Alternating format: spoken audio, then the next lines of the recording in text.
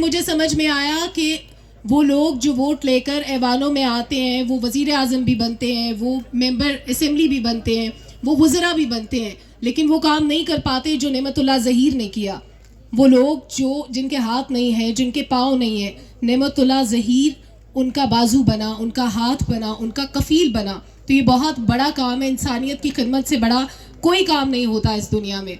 हम लोग 4th pillar of state का जिक्र किया हमारे एंकर्स ने, बहुत अच्छी बात है, लेकिन बीइंग जर्नलिस्ट मुझे कुछ गिला भी है अपने आप से भी, अपने इदारों से भी, जो हमारे मीडिया ऑर्गेनाइजेशंस हैं उनसे, हमारे सीनियर कॉलीग्स जो मेरे साथ आए हैं उनसे भी।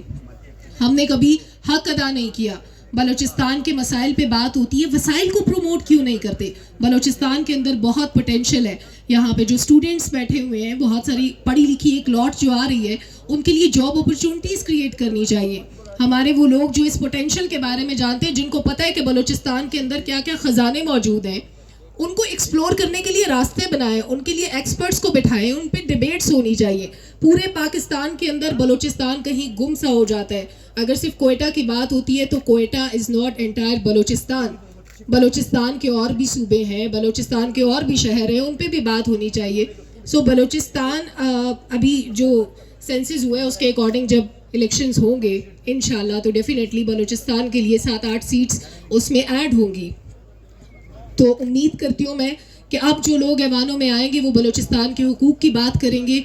यहाँ के लोगों के लिए अस्पतालों की ज़रूरत है, तालीमी इदारों की ज़रूरत है, इंफ्रास्ट्रक्चर अच्छा करने की ज़रूरत है। सैलाब में बहुत नुकसान हुआ, लेकिन उसमें भी नेमतुल्लाह ज़हीर की फ़ाउंडेशन ने बहुत खिदमत अंजाम दी। खिदमत खल्क फाउंडेशन इंटरनेशनल के कंट्रीब्यूशंस हर लेवल पे मौजूद हैं, खा वो माजूर लोग हों, बीमार हों, नादार हों, वो माएँ हों, बहनें, बेटियाँ, तालीम के मसाइल हों, रोज़गार के मसाइल हों, हर तरह से। और मैं जब से हम लोग अभी बलूचिस्तान आए, मेरा पहला विज़िट है बलूचिस्तान का, तो मैंने देखा नेमतुल्लाह ज़हीर ने 1 मिनट के लिए रेस्ट नहीं किया। मैंने इस शख्स को बैठे हुए नहीं देखा।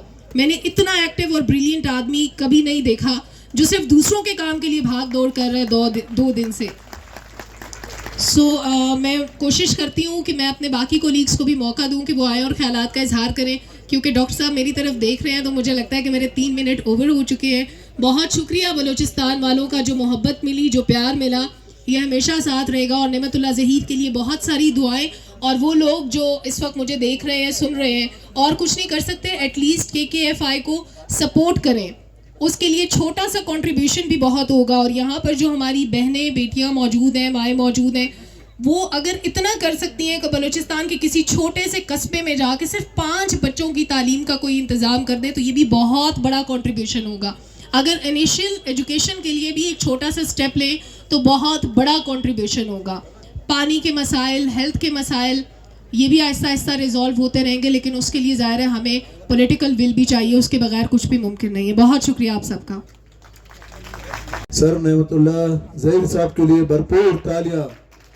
आज के चेयरमैन खिदमत खल्क फाउंडेशन और इंटरनेशनल। बलूचिस्तान वालों, मैडम के लिए वो तालियां होनी चाहिए कि इस्लामाबाद जाकर भी याद रखे। फर्स्ट टाइम इनका विजिट है।